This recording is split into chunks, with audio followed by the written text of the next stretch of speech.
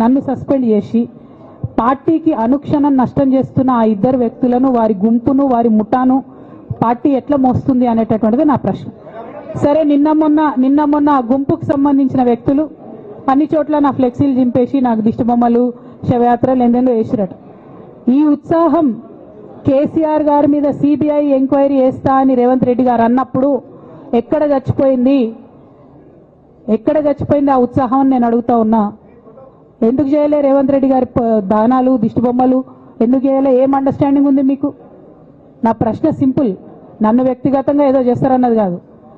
నాకు నష్టం జరిగేదే లేదు. ఎందుకంటే ప్రజలు చూస్తున్నారు, ప్రజలు గమనిస్తున్నారు. తెలంగాణ ఆడబిడ్డలు తమ ఇంటి ఆడబిడ్డలుగా ఆదరించారు నన్ను.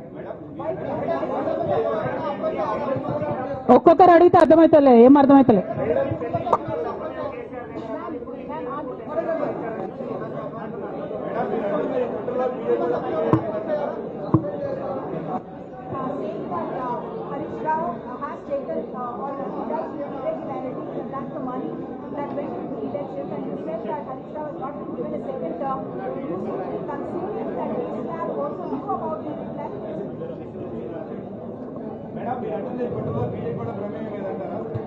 నేనేమంటున్నా బ్రదర్, కుట్రలో ఎవరి ప్రమేయం ఉందన్నది నాకు తెలియదు.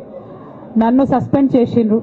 బీఆర్ఎస్ పార్టీకి, తెలంగాణ ఉద్యమానికి, తెలంగాణ ప్రజలకు 20 సంవత్సరాలు నా జీవితంలో కష్టపడ్డా కాబట్టి ఒక అపీల్ చేస్తున్నా నేను ప్రెసిడెంట్ కేసీఆర్ గారికి, వర్కింగ్ ప్రెసిడెంట్ కేటీఆర్ గారికి.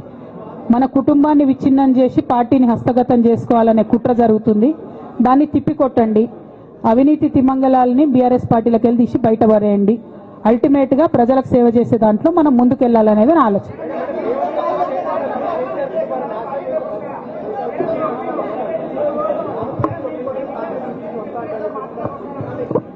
ఇక్కడ ఇంకో మాట చెప్పాలి బ్రదర్. నేను నిన్నటి నుంచి పేపర్లలో నేను ఈ పార్టీలో ఏరుతున్నా, ఆ పార్టీలో ఏరుతున్నా అని వచ్చింది.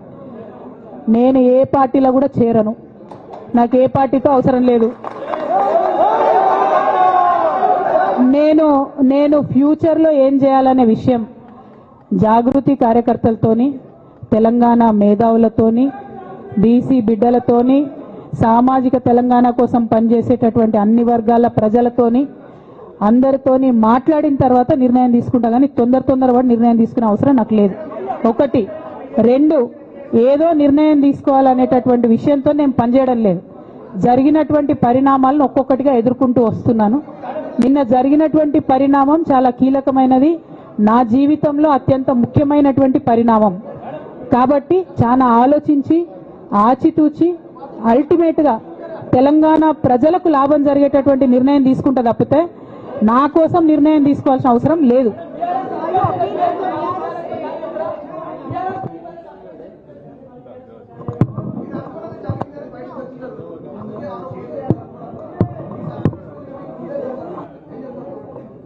నాకెట్లా తెలుస్తుంది సస్పెన్షన్ గురించి? నాకైతే రేవంత్ రెడ్డికి ఉన్నట్టు ఆడ దూతలు లేరు. అక్కడ సార్ సగం ఇడ్లీ తింటే బయటకు చెప్పేటటువంటి సిస్టమ్ నా దగ్గర లేదు. సో అక్కడ ఏం జరిగిందో నాకు తెలియదు, ఎవరు నా గురించి ఏం చెప్పారో నాకు తెలియదు. Ma'am, it is but natural. అమ్మతోని మాట్లాడకుండా ఎవరైనా ఉంటారా? First of all. Second of all, ఈ మొత్తం పరిణామంలో కూడా మా మదర్కి దూరంగా ఉండాల్సి రావడమే బాధాకరం. ఇంతకు మించి బాధ ఇంకోటి లేదు. పొలిటికల్ పొజిషన్స్ వస్తాయి, పోతాయి. ఇవి వేస్ట్. ఇవి అమ్మలేని లోటు ఎవరు కూడా తీర్చలేరు. ఆ ఒక్క బాధ తప్ప ఇంకేం లేదు.